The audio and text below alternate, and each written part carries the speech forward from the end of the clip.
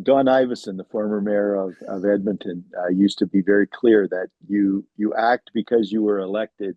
You don't act to get elected. And I think that it comes down to leadership of your group and the maturity of the group to understand that not everyone's going to be happy. We were elected to represent everyone. With what is it, 20 to 25% people turnout at the polls right off the hop. You're not representing everyone. You were elected from the people who chose to go and vote.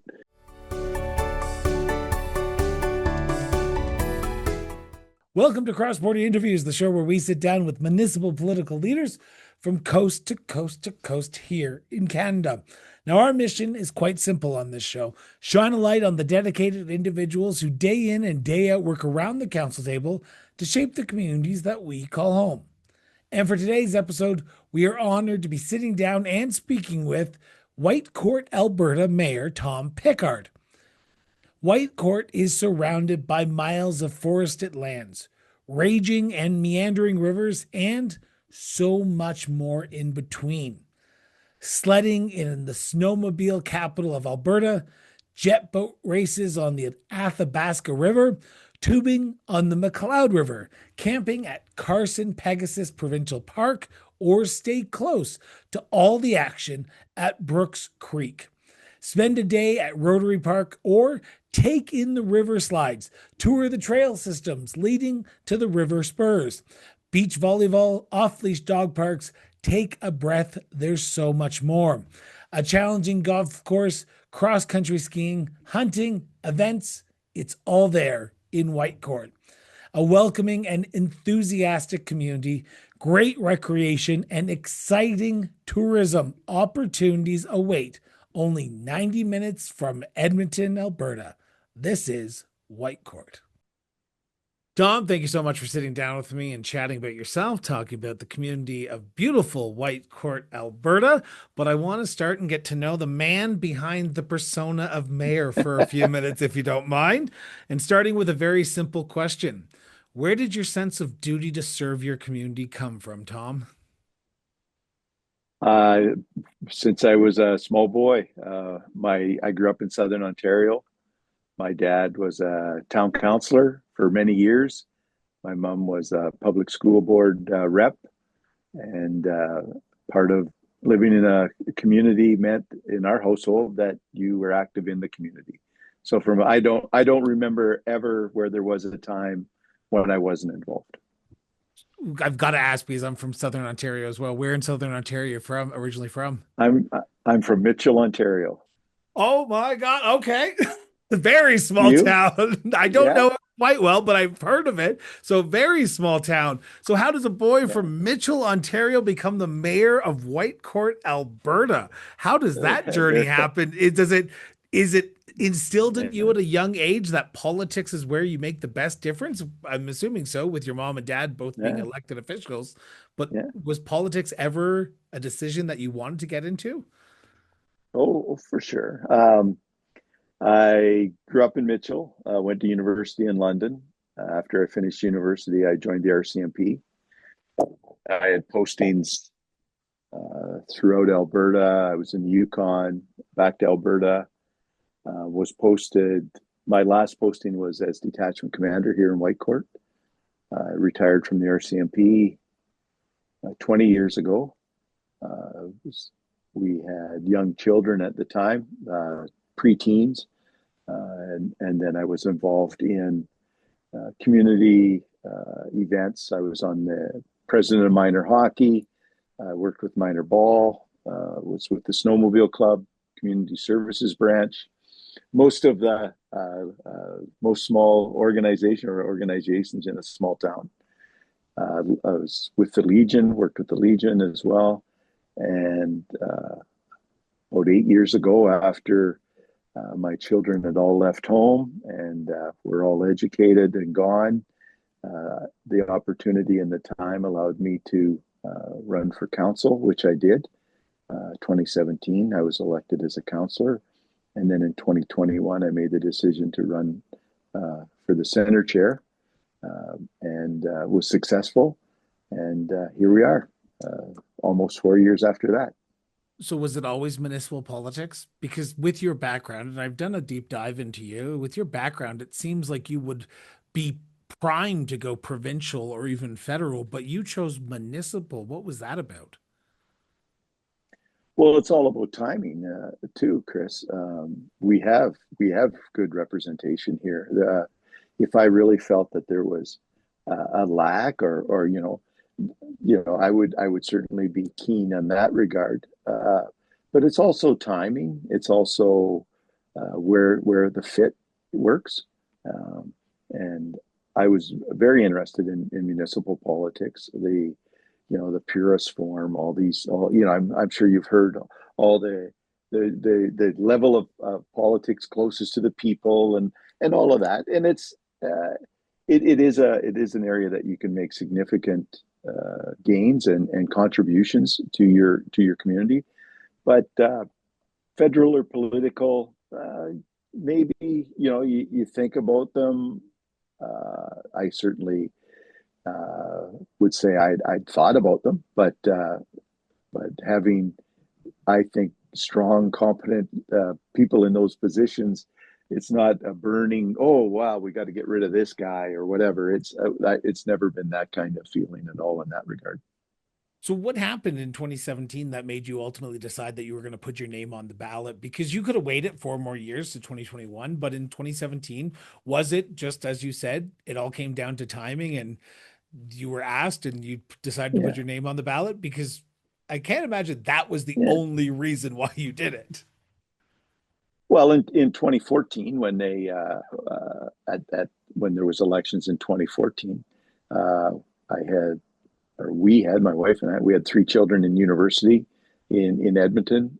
We were very much involved in their lives at university. Wanted to make sure they were successful, and then having three in university at the same time, I'd also I just started a new job in the private sector, and so it has a lot to do with timing.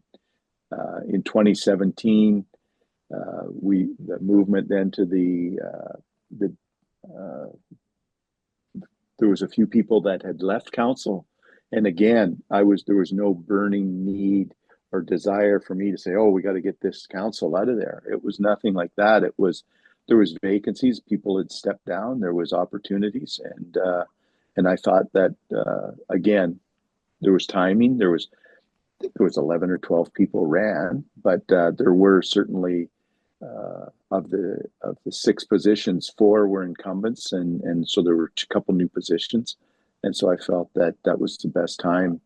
I just thought that, hey, there's opportunity and there was good timing on my side of the equation as well. It seems like your career has come down to good timing on all aspects because you have good timing to get involved in politics. You have great timing to run for mayor, and we're going to be talking about it a little bit later, so we're not going to spoil it, but I'm going to spoil it a little bit. But you're stepping down. Is this great timing for you to step down as well because you're not offering for re-election in Yeah. this October election? So, did you get what you wanted to get accomplished in those 8 years that you were on council as council and mayor? Yeah, absolutely. I don't see it as stepping down though. I take it very seriously, a 4 year commitment, and I've been involved in this for 8 years. To look out into the future, 4 more years would put me at 12, and I just was. I think it's just being honest with yourself on I signed up. There was people suggested, well, just sign up and see how you feel, and I don't think that's a real reflection of how I work. I know when our kids, were in soccer or whatever when they were kids, and they didn't want to go to those last two games, and as parents, they went, they signed up, they made a commitment, they went. So I think that's part of it as well. You have to follow your own rules. Our I like to say our house has mirrors. Like, when I talk about things, I have to make sure I follow them myself. So I don't see it as stepping down. I think Whitecourt is very well run. We have a really strong administration. We have a council that has really passed the ball in a really measured, even way. I don't think there's any messes to clean up, but I also want to stress there was no mess to clean up when I came on. I'm assuming Marianne would be very happy you just said that. Well, no, it's very true. There was no mess. There was I would say of it, there was more of a there was more pressure not to drop the ball than there was to fix things. We're very pleased and proud of what we have. 20-year capital plans, long-term planning, a livable, safe community, and so even when I ran for council and when I ran for mayor, I campaigned on a premise that steady hand in rough times. Like in 21, we were in the midst of COVID and there was a lot of uncertainty. There was certainly no one could have foreseen what then happened within that whole the outfall and whatever you want to call it from COVID. But I ran on a steady hand. I'm not real prone to social media and hype and doing running the mayor's chair through the local media or on rant and rave or to follow every whim. Or is that hard though? Rant and rave. I apologize to interrupt, but is that hard? Because No. I can imagine while you try, you don't do that, and I'm taking your word that you don't do that. How do you get the general sense of what the public wants then? Because I'm talking to mayors from across Canada, and they're saying the only way people are engaging with us right now are those social media channels. And you're there to represent people. And if they're only talking to you on social media, how do you get a sense of what your community wants? Or how did you get a sense of what your community wanted when people just aren't engaged at the municipal level like they were 20 years ago or even 12 years ago? Huh. Yeah, that's a fair question, Chris. I think a colleague of mine says there's 400 people in Whitecourt against free beer. It doesn't matter; they're against it. I'd like to meet those 400 people right now. Right. But there's we have people in our community that are against anything, and sometimes they're just the loudest voice. And so for me, I think. My commitment to the community and what I've always done is because I've been involved in the community right from the days as detachment commander. My wife and her family are from this area, so I'm related through my wife to a lot of people. I also my involvement with really good people in minor hockey, minor ball, the Legion, the Snowmobile Club. You develop a group of people and trusted cohorts that you can rely upon. I make a point of, there's a group of older guys that go to the McDonald's for coffee. I call them the Senate. I drop by the Senate once in a while to see what's happening in town. I really make a concerted effort at the old folks home, Spruce View Lodge. I attend there once a month. I give a report to all the citizens. And I can tell you, there's very few people in the world that hesitate less than an 80-year-old widow. If she has an issue with something, she certainly makes sure you're aware of it. And I also really enjoy going to the schools. I go regularly attend grade 6 classes. Where they study civics and municipal politics, federal and provincial politics. We also have a youth group.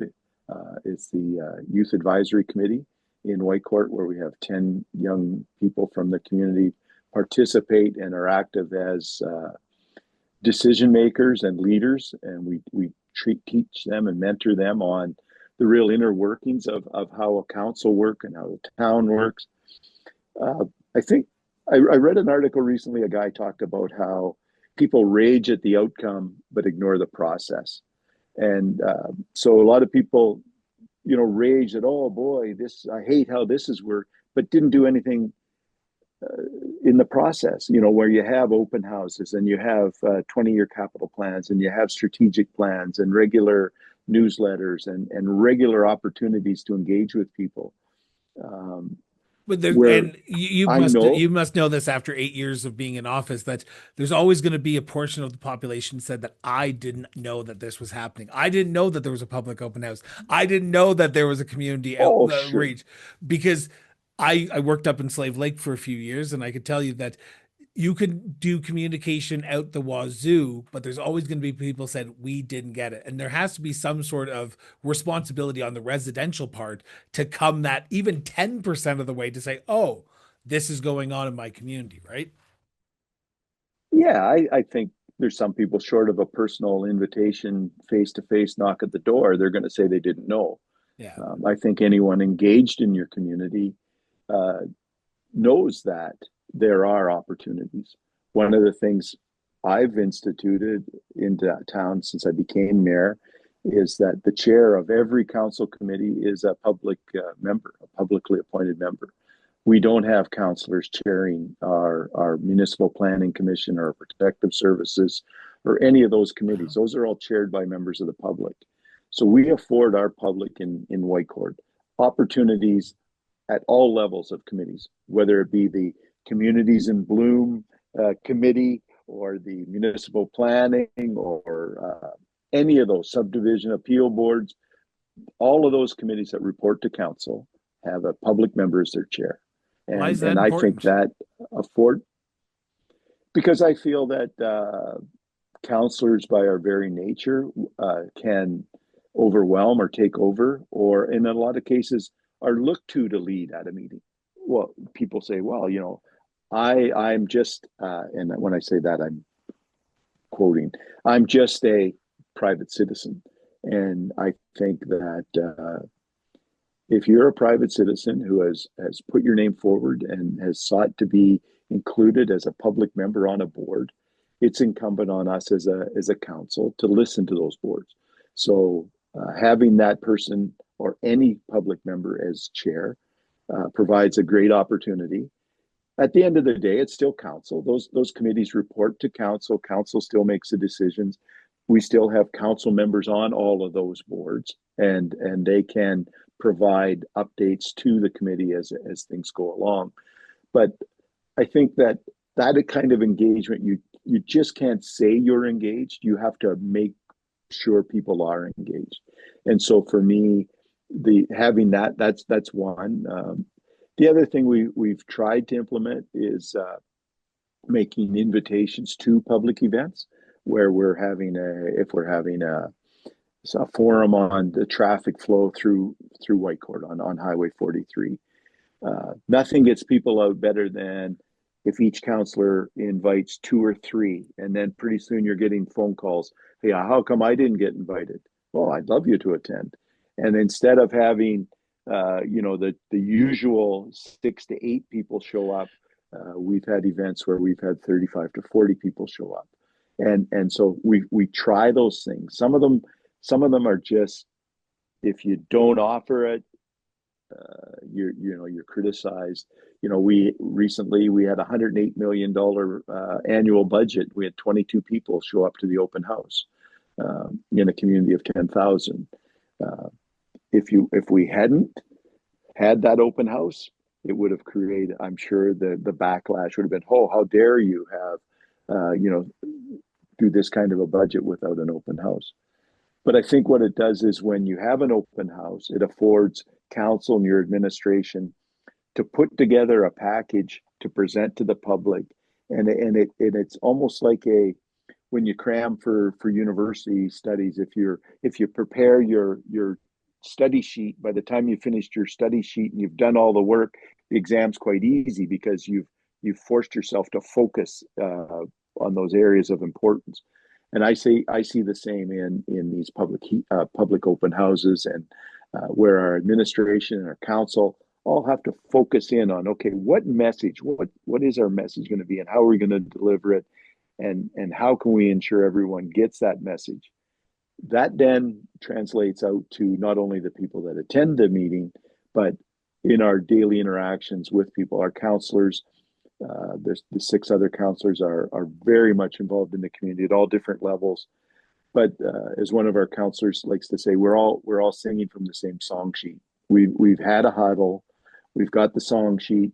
We all know what our message is and how we want to ensure that people are engaged, and we also always direct them back to the real facts. Things like all of our town business cards. We've got a QR code on the back that directs you to the town website. So then that town website offers you or affords you the opportunity to get the exact wording of bylaws, not just, geez, I think the bylaw says it's $20 or $30 or 4 inches or whatever. We always ensure people get referred back to the most accurate information we can. So those are the kinds of things that we really stress here. For me, rant and rave is not a real accurate reflection of what people in our community are looking for. I think it's incumbent on myself and on our councillors to get out and talk to trusted people and to know the difference between someone who's trying to play them along and who's trying to really give them accurate feedback. And so I'm not the only one. All of our council are engaged. We have councillors that are members of the Snowmobile Club. There's members that are coaching in the community. There's members that have that opportunity at regular, almost daily interaction with. We've got a school teacher. The kids and the fellow teachers are very political. They let him know. And it's the same within our community. One of our counselors is a reporter for one of the local newspapers. She's interacting with people on a daily basis. So that's really incumbent, because I think it adds to the credibility of your council when people feel that they can engage. While that's important, and you mentioned a few things I want to pick up on, but I want to start with this one in particular. When you have to make the big decisions for the town of Whitecourt, it is impossible to make 100% of the people happy, because every single resident of your community will believe that their issue is the most important issue in their life, that they believe that pothole in front of their house, that park in their neighborhood, that X, Y, and Z is going to be important. But as I do, you can't run a deficit as a municipality. You have to balance your budget at the end of the year. And that means some people's issues are just not going to be addressed in this year's budgets or last year's budget, but it could 2-3 years ago if you have a strong asset management program. How do you, and I say you as the royal you as the town council and yourself as mayor, ensure that when someone pays their property taxes, they feel like their taxes are going to somewhat of their issues? Or do you have to look at it always through a Whitecourt lens, not as an individual lens? Well, Don Iveson, the former mayor of Edmonton, used to be very clear that you act because you were elected. You don't act to get elected. And I think that it comes down to leadership of your group and the maturity of the group to understand that not everyone's going to be happy. We were elected to represent everyone, with what is it, 20 to 25% people turnout at the polls. Right off the hop, you're not representing everyone. You were elected from the people who chose to go and vote, but at the end of the day, you are responsible to represent everyone in your community. Can I ask a follow-up on that statement for a second? You bet. Yeah. You feel after 8 years you've represented everyone of Whitecourt as best as you could? I do, because a lot of the decisions that I've made and that we've made as a group weren't just short term. I think that the results of my term and my council's term can't be judged on October 18th, 19th before you go in and vote on the 20th. I think that in fairness, that I am certainly open to defend decisions we've made, And I think that they're more, as the years go by, people will say, hey, you know what? That council between 2021 and 25 left us a bit better than we were. Just like the councils before us all improved things. Now, I think if you went back and asked people, hey, was everybody in favor of this transaction in this date in 2013? People said, geez, that was the stupidest thing. I was so upset. But I guess, you know what? Things now have turned out better. There's also the reality, Chris, that, yeah, it was a stupid decision then, stupid decision, and, it never got any better. And you have to own it. You have to, if there were decisions that were made that turned out that weren't in the best interest of Whitecourt, that happens. But there was no intent. I think the intent of this council is to use that lens. Is this going to make things better for all residents? And sometimes making things better for all residents, sometimes individual residents aren't real happy with some of those choices. As we said, you're never going to please 100% of the people on any decision you make. Even if it's 20 years from now, you're still not going to please 100% of the people. I want to turn to Whitecourt as a whole because I'm cautious of time and we're 20 minutes into the interview, and I want to get into this part because I think this is going to be the fascinating part. Not that the first 20 minutes wasn't fascinating already, but before I start asking these questions, I just have a little preamble that I have to get off my chest, because if not, I will get at least one email from somebody saying he doesn't speak on behalf of something. This is a conversation between the mayor and myself. This is not a motion of council, not a direction of council, not a policy of council. This is the mayor's opinion and his opinion alone. He needs a majority of council members around that council table to vote in favor or against a policy, a motion, or a direction to direct administration to do something. So it may line up with what is being talked about at council, but at the end of the day, it's still his opinion, and he needs a majority of people on that council to vote in favor of this motion. So with that being said, I've said that over a few hundred times. Mayor, in your opinion, as of recording this at the end of July 2025, what do you see as the biggest challenge or challenges facing the town of Whitecourt today? I think the biggest challenge is the relationship between the town and all towns and the province. The way the funding, the growth, the management, and the relations between provincial levels of government and municipal levels of government are strained.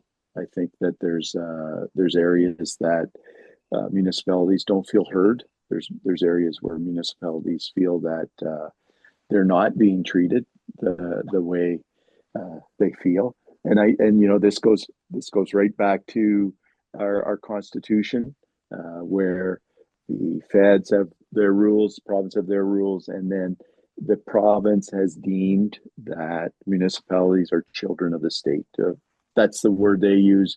I was going to say, you can't say that as a mayor, because I know Alberta municipalities is going to be screaming if they heard you say that out loud. Well, the way it's worded is that you are children of the state. I like to think that having raised three kids,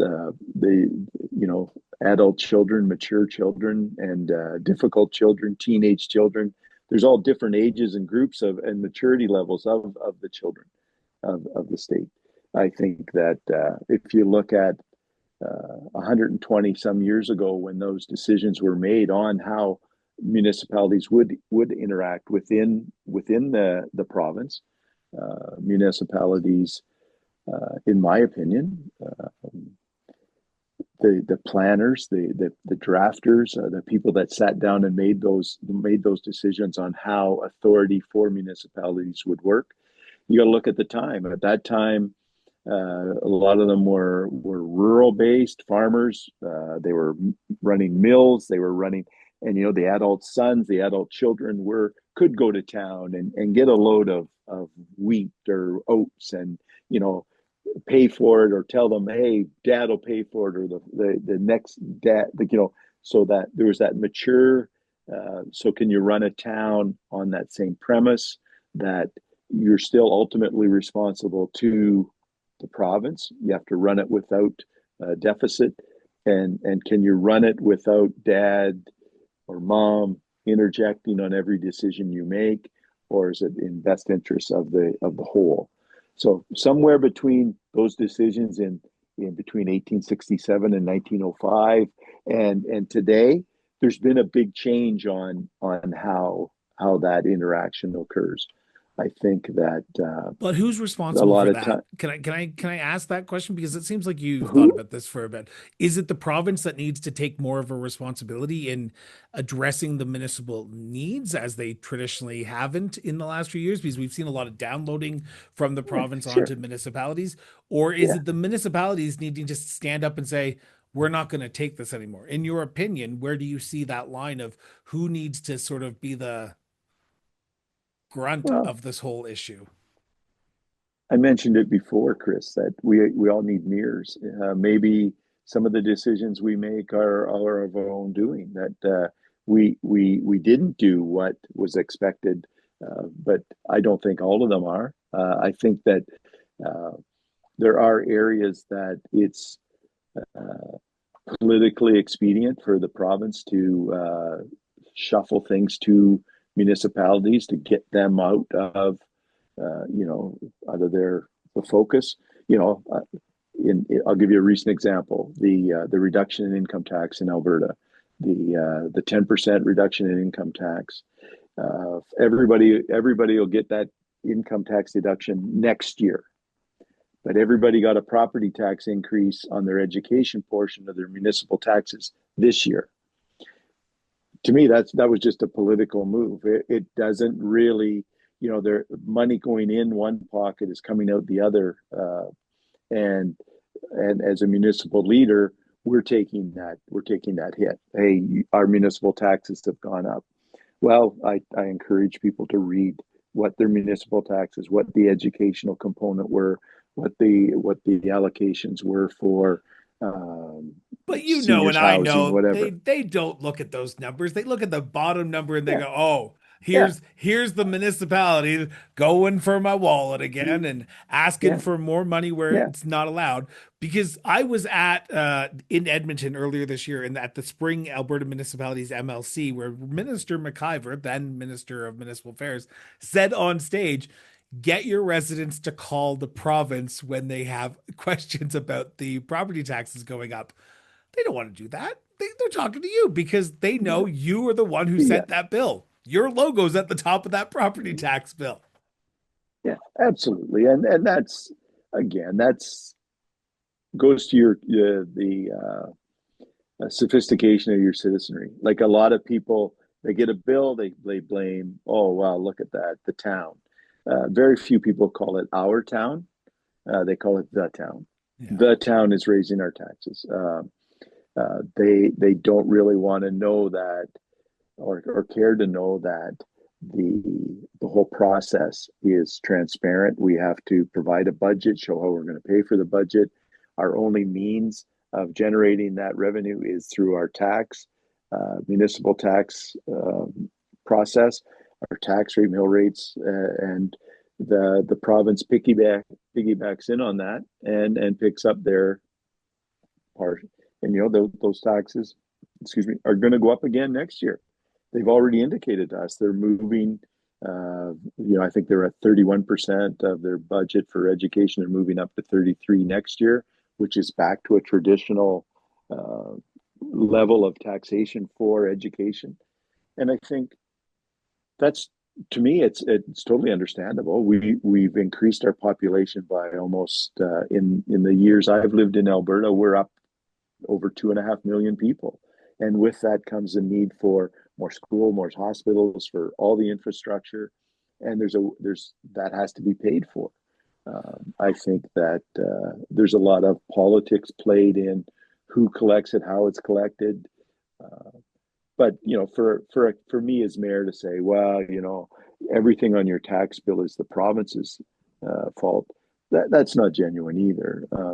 We don't live in a bubble. I see what the fuel bill is. I see what our collective bargaining agreements with the cost of living allowances that are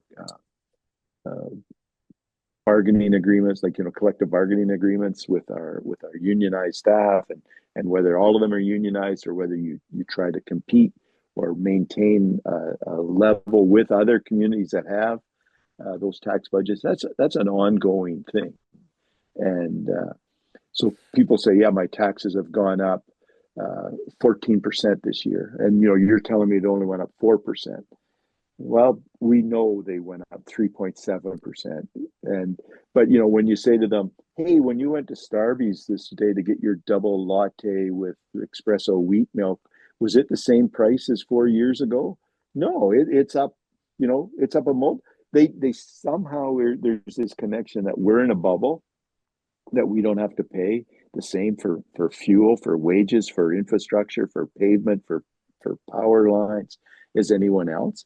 And that's a hard thing to as a mayor to, you can't, nobody cares. Nobody wants to hear you whine. They want you to know your taxes are too high and we're not getting anything for it. But how do municipalities balance that? Because you talk about the growth that we're seeing in Alberta, and I would be suspect that I would be hard pressed not to say that Whitecourt hasn't grown in the last 8 years. I'm assuming it has grown by a bit, and that means housing, infrastructure, and that's where municipalities are supposed to deliver. It's supposed to deliver the infrastructure, the water, the sewer, the roads, the sidewalks, the parks to them. How do you balance growth sustainably when we are seeing such an influx of people coming to the community? And I know you just mentioned a little bit earlier about how the province needs to fund a little bit better to municipalities to offset some of this, but they're not. And let's just put let's call a spade right now. LGFF does not cover as much as it should, in my personal opinion. In the 8 years that which I share, well, which I'm assuming most mayors of our of our province would say that. How do we grow sustainably then? Because you have done it, and I say that respectfully because I've been looking at the numbers. Whitecourt has grown sustainably, where you're not raising your taxes substantially, but you are growing at a pace where you guys can keep up. How have you done that? I think it goes to the quality of people that we have working for us. I think I'm talking about all municipalities in Alberta. I've been to many Alberta municipalities. It was AUMA, Alberta Munis, and you get into a convention with 1,500 like-minded people. I think that there's a passion for their community that's unequaled anywhere else. That people are very passionate about their community. I think that in Whitecourt, I know when I ran as mayor, the other candidates that I ran against were just as passionate as I was. They want to do what's best for Whitecourt. And so we're very fortunate, and I think most communities are fortunate, that their elected representatives are very passionate about their communities. And how do you do that? And those are tough decisions. Those are tough decisions all the time. Do you let grass grow? Do you go 12 days between cuts, or do you go to 14 days between cuts? Do you plow your snow when it's 2 centimeters? Do you move it away? You have to have good, strong people working with you to give you those options. I think that it's incumbent that a community like the size of Whitecourt, that you have professionals. We have CPAs run our finance. We have engineers run our infrastructure. We have engineers run our planning. We have people that are very, very bright, very well educated, and they also share a passion for Whitecourt.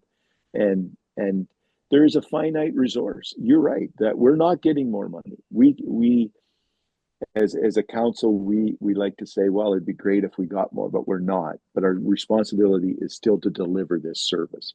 We're constantly assessing programs. If there's only 4 kids sign up for a swim class and you need 8 to make it a break even, you don't have the class.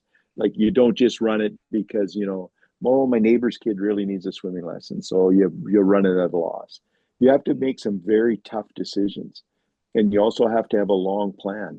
You really play a long game that in things like your water treatment, your sewer treatment, your infrastructure, pavement, sidewalks, that how can we get more out of this? And at what point does it become economically or no longer economically feasible to fix it? At what point do you let it deteriorate a few more years and then rip it all up and change it all? And you have to make sure and that goes to your asset management, that goes to your but it also goes to your taxation. I know there was years within COVID, a lot of communities said, "Oh, we'll go zero. We'll go zero." That hurt them, because coming out of COVID in the last couple of years, we've had communities that were 8, 9, 10%. But I know we got criticized in COVID years when we were at 2.4 and 2.6, and others were at zero. I know we got criticized at that. But we were really focused, and we really sharpened every pencil we could to make sure that we didn't hit future taxpayers with the 8, 10s, and 12s that some communities are getting hit with. And that's a responsibility. Sure, it would have been politically expedient just to say, hey, we'll go with zero. We'll go with zero this year. It's the last year of our term. I'm not running for council again. Let next year's term or next year's council deal with that. And that's just not done. I just think that it goes to the passion that all of us have for the town, and we also have real respect for past years, but real respect for the ratepayers. That's the other thing people often forget. I set my own tax rate. I set the rate What? I pay for my own municipal tax. I thought mayors don't pay taxes. That's what I read on social media there, Tom. Come on. Sure. Yeah. So anybody that knows me knows I'm cheap. I'm an old retired cop. I'm as cheap as they come, but I also see value where value. So for me, we set our own tax rate. And when we sit down with the budget process in Whitecourt, that budget process is 12 months of the year. When we finish one budget, we've started the next. How is this going to fit in?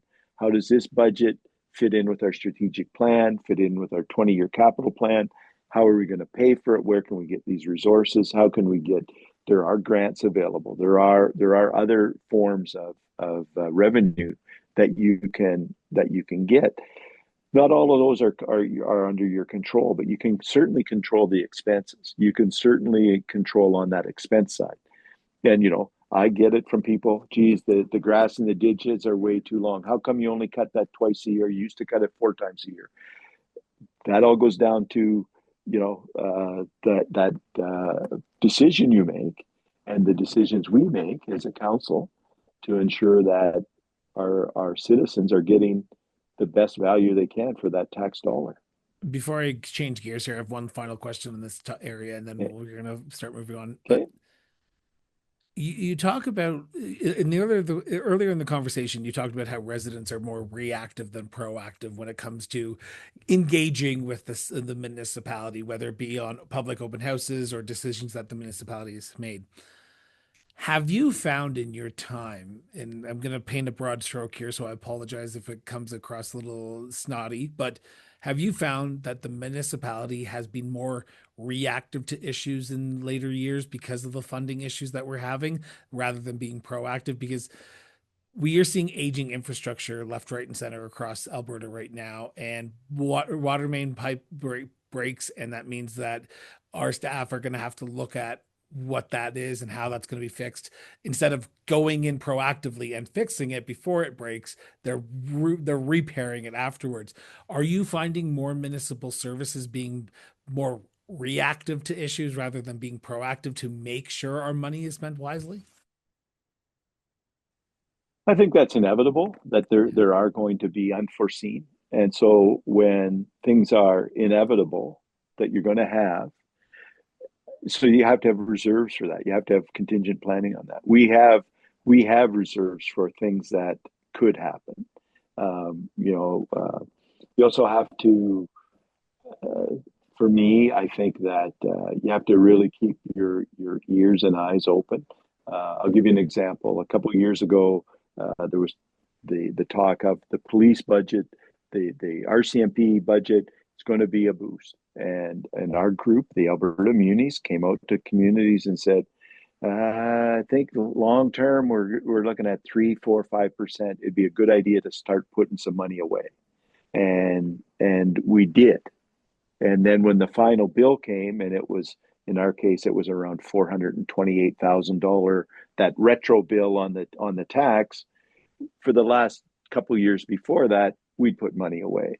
Now Okay. you get uh, again, the legislation to allow you to do that is you within your tax rate, you have to say, you can't just say we're putting money away for a rainy day. You have to, you're taxing people, you're taking money from them. You have to ensure that it's legal, that you've set what it is. So we use those terms from and so when we were audited, why did you put this money away? Alberta Muni suggested this was the rate, and hindsight showed us that it was. So it wasn't like we took it out to the casino and put it all on red and hoped for the best. We put it away, had it responsibly invested, and then when things did go off the rails, we were in a position. But we've also had situations when we've done planning and we've got money from the provincial government for, and I'll go to the wastewater treatment. We had a significant amount of support from the province. We were able to deem that we didn't need all that money, and we sent a couple million back to them. I think it was around $4 million we sent back. And Rick McIver was the minister of the day, and he said, "Tom, what the hell's this? Like nobody sends me $4 million back." And I said, "Well, we got it. You know, we got the 8 or 10 because that's what we thought it was going to be. The bill's 6. Here's your 4 back." And he goes, "Geez, are you feeling okay? Like nobody does this." And it's like, but that just goes to, again, I think that's the right thing to do, the legal thing, whatever you want to call it. But it just gives you credibility with the province when you do go and say, "Hey, we need a hand with flood mitigation. We need a hand with fire guards. We need a hand with other areas with traffic flow, with an overlay." There's that honest, open communication with them, and they know that, hey, this is something that was not foreseen. And a lot of times people make that statement that this is an unforeseen expense. And is it? Like, is it really unforeseen that lead pipe that was put in the 60s might start giving way when it's 80 years old or 40, 60, 70 years old? Is that really unforeseen? And so I think we're really fortunate here is that when you have what I always call very bright people, like the engineers that give you these reports saying the expectancy, and the one of the things we did recently was we added a second water main from the intake just to feed in so we could reduce the pressure downtown. So instead of being directly fed, we put water up the hill, and then that gravity, and then that allowed us to reduce the pressure that we were forcing the water into the pipes at. And so that $1 million expenditure, our engineers are telling us that will save us 7 to 12 years on the life expectancy of the pipe, because you're no longer running at these 75 psi's, you're down to the 50 psi, those numbers, that kind of thing. And so, yeah, it was a $1 million expenditure now that will save future councils time. And in Much of our a world, headache. time is money. Yeah. Time is money, but uh, and we were really it was really a really easy decision for us, because few past mayors and past councils have made similar have made have, and so we're very fortunate that all of those decisions as Whitecourt has grown have been made with, let's leave things better, let's make sure that future councils don't have to deal with that. And sometimes that costs money, but it does take a little bit of political. You're spending some of your political goodwill, if you will, because sometimes it's a tough sell to say, hey, we need $1 million more. We're going to spend $1 million more this year, so future can save 7, 8 years. Well, is there proof, or do you have guarantee? There's no guarantees on that, but so those are tough decisions, and I feel really fortunate to be part of a council and in a town where people aren't afraid to make those tough choices.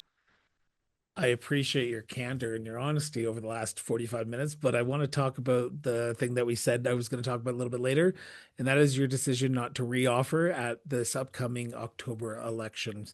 Now, you made the post on social media a few weeks ago, but you announced earlier this year, from what I understand from my report, from my searching the internet, that you had actually announced way back in January that you were not going to be reoffering for mayor. Um, was it an easy decision? Uh, I don't. I'd have to say, yeah, it was an easy decision because it was something that I thought about. I knew that um, for me, when I decided to run, I announced in January of years ago, before. So I knew that if I was running again, I would make that same decision and announce it at the same time. That consistent, because I think it's important for people to know what you're doing. I think that there's really strong, people in Whitecourt. I don't think that, oh wow, no one will ever replace me. It's like that. Your hand in a bucket of water, just pull it out. That's the hole you're going to leave. It's there's good people and good ideas, but I also think there's time. I think that the mayor's chair isn't. It's a lot of people think you have unlimited power, that you have unlimited resource. It's just like the captain of the local hockey team. If he scores a goal, doesn't matter. He's the captain. That's only one goal.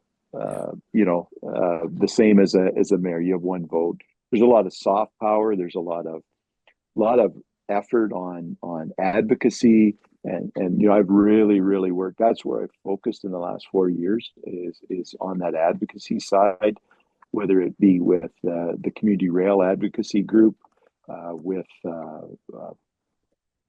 pine beetle, with forestry, with caribou, with industry, all of those things to ensure that the people in Whitecourt have an opportunity to succeed. Really, I'm really proud to say I'm a real small C conservative. I think that my job is to make sure that the opportunity exists for everyone else to succeed, so business can succeed, so that our industry and our citizens can succeed and they're safe. And for me, that takes a lot of energy. And when I made the decision that I wasn't running or wasn't going to run again, doesn't mean I'm not going to still advocate for Whitecourt or anything like that. It's just I won't be the focus. I think I had an opportunity many years ago with Jean Chrétien. I was working as in security VIP, and had an opportunity with a really good chat with Prime Minister Chrétien. And one of the things that he said stayed with me was that doesn't matter what you do, people will get sick of you. And he said the trick in our world is try to get out about 10 minutes before they get sick of you. So I think I think that I'm not naive to the fact that there's people that don't like what we do or don't like the mayor, don't like the town, but I think we've done a really good job to promote Whitecourt. I think we've made sure that we followed the rules. We followed that we're transparent. That if people wonder where did this come from, there's an opportunity that we can explain all the choices. We've had a 20-year capital plan for a long time, where we spend and how we develop our community, and the results are showing. I've been around Whitecourt over 40 years, and there's big changes from when I first started coming here with my wife to visit in-laws 40 years ago, long before we moved here 25 years ago. So very proud of that, but I also know that it takes a lot of energy, and it takes new ideas too to keep that rolling. So when I made the decision, I don't want to say it was easy in a flippant way. It was I really felt that it would be the best for Whitecourt and the best for me and my family that someone else does it. I announced it then. The reason it was on lately, I did it on LinkedIn just because a lot of people that I know, my son being the first one that said, "Dad, not everybody listens to Whitecourt news. You have friends that would really like to know what's going on." So it's not like I'm going off to live in Tahiti in a boat or whatever somewhere. You might do I just that for think this that, winter, though, right? yeah, well, I would love to, but so yeah, so it was an easy decision after a lot of thought, I guess, if that makes sense. That It I does. gave it. It wasn't I decided one night after supper, I've had enough of this. Uh, there's lots of days right from the first day you go, oh, what did I sign up for? But there's always been more good days than bad. There's always been more real positive vibe and a real positive flow from our council and from our administration and from our town. I've stressed from my first day that this is our town. I never call it the town. It's our town, and I think there's a lot of people that can offer a lot to our town, and that's why I made that choice. So I have one final question for you, and then I'm Sure. going to wrap up here because I feel like this conversation, we could chat for like 3 hours and I would still find this a Well, fascinating conversation. But I know you have a hard cutoff and I want you to get to your next meeting as well. Um, Looking back on your time in office, looking forward to the future, I need you to sum up this simple question for me. What makes Whitecourt such a unique place to live, to work, and to raise a family? I think it's the livability. I think that there's a good mix between a small town Mitchell with 2,000 people and a big city. There's that good blend. I think that the quality of life here is really really really.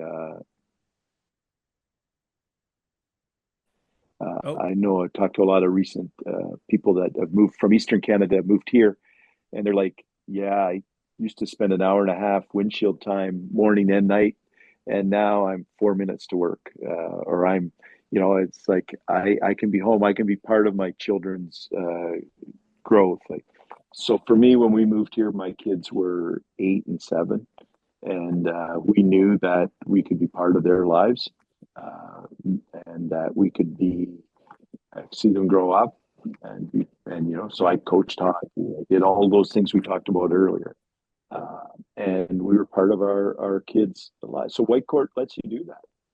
When I retired from the RCMP, they'll move you anywhere in Canada when you retire. That's part of yeah. the deal when you sign up.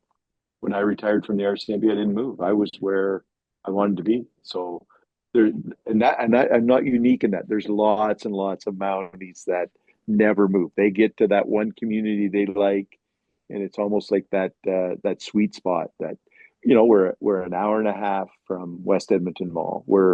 But I would argue that someone from South Deep Mill Woods on some days might be an hour and a half getting to West Edmonton Mall if the traffic's crappy on the hen day or whatever. You know what I mean? Like we just, for me, Whitecourt offers that great opportunity. We have a really high standard of living. We've got industry here that have some really good paying jobs. There's a balance. We have natural resources. We have wood. We have oil and gas. We have tourism, and so there's that really strong education system, separate school and public school. Our kids uh, went through that system, and all of my children are professionals. They've gone and have some of them have advanced university degrees, some of them, but they've all been very successful, and so have their spouses. Uh, so that's there. Really good healthcare system. I know a lot of people, and that's one of the things we talk about is a new hospital. Um, we were very fortunate. We have full slate of doctors here. That we have, you can see a family doctor if you live in Whitecourt. You don't. It's not like the 8 million Canadians that don't have a family doctor. You can see a doctor here.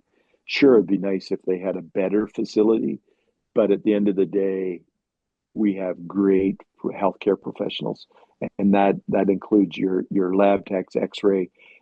You don't if you break your arm in Whitecourt, you don't sit in Emerge for 12 hours waiting to see the doctor. You can go to our local hospital, and the doctor might be your kid's soccer coach. Like, the doctors love living here too. I'm serious. They the doctors here ref hockey. They run the soccer. They're very much a part of the community. So there's that as well, that make Whitecourt a really.